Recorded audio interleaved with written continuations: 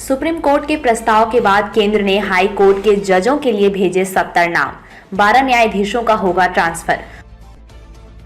Supreme court 2 याचिकाओं पर सुनवाई कर रहा है, जिसमें से एक में आरोप लगाया गया है जजों के तबादले और नियुक्ति के लिए कॉलेजियम के अनुशंसित नामों को मंजूरी देने में केंद्र देरी कर रहा है।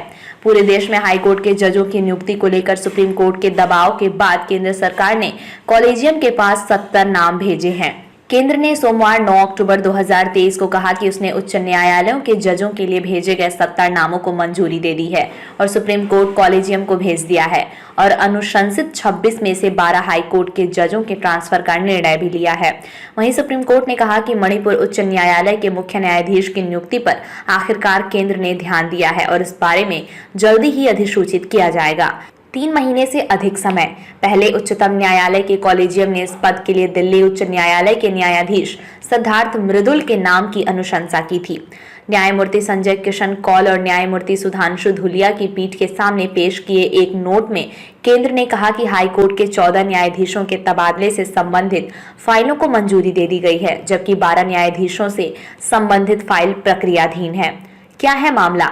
दरअसल शीर्ष अदालत 2 याचिकाओं पर सुनवाई कर रही है, जिसमें से एक में आरोप लगाया गया है कि न्यायाधीशों के तबादले और नियुक्ति के लिए कॉलेजियम की ओर से अनुशंसित नामों को मंजूरी देने में केंद्र सरकार विलंब कर रही है।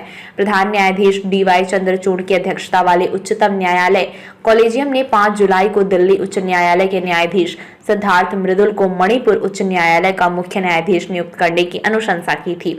पीठ ने कहा, एक संवेदनशील राज्य के उच्च न्यायालय में मुख्य न्यायाधीश की नियुक्ति पर आखिरकार उनका ध्यान गया और अब वे इसे कर रहे हैं। पीठ इस मामले पर अगली सुनवाई 20 अक्टूबर को करेगी। पीठ ने कहा कि नियुक्ति और तबादलों के लिए लगभग 70 नाम जो नवंबर 2022 से केंद्रीय कानून और न्याय मंत्रालय के पास लंबित थे और कॉलेजियम को नहीं भेजे गए थे, अचानक शीर्ष अदालत कॉलेजियम के सामने आ गए हैं, जो उन पर प्रक्रिया शुरू करेगी। पीठ ने कहा कि उच्चतम न्यायालय कॉलेजियम अब उच्च न्यायालयों की ओर से की गई अनुशंसाओं पर सलाहकार न्यायाधीशों के विचार जानेगा और प्रक्रिया यथाशीघ्र पूरी की जाएगी। पीठ ने कहा, कल से हम नामों पर आगे की प्रक्रिया शुरू कर देंगे, क्योंकि हम अचानक एक ही दिन में 70 नामों पर प्रक्रिया पूरी नहीं कर सकते, क्योंकि परामर्शदाता न्यायाधीशों की राय ली जाती है। हम इसे अक्टूबर की छुट्टियों से पहले खत्म करने की कोशिश करेंगे, यदि हम सभी नामों पर काम कर सके तो। कॉलेजियम को नाम भेजने में बहुत समय लगा दिया। सोमवार की सुनवाई के दौरान शीर्ष अदालत ने कहा कि सरकार को उच्च न्यायालय कॉलेजियम द्वारा अनुशंसित बड़ी संख्या में नामों पर कोई आपत्ति नहीं है। पीठ ने कहा कि मंत्रालय की ओर से उच्चतम न्यायालय कॉलेजियम को नाम भेजने में अनुमान से अधिक समय लगा और पूछा कि चीजों को आगे बढ़ाने के लिए अदालत के हस्तक्षेप की आवश्यकता क्यों पड़ती है। क्या है प्रक्रिया?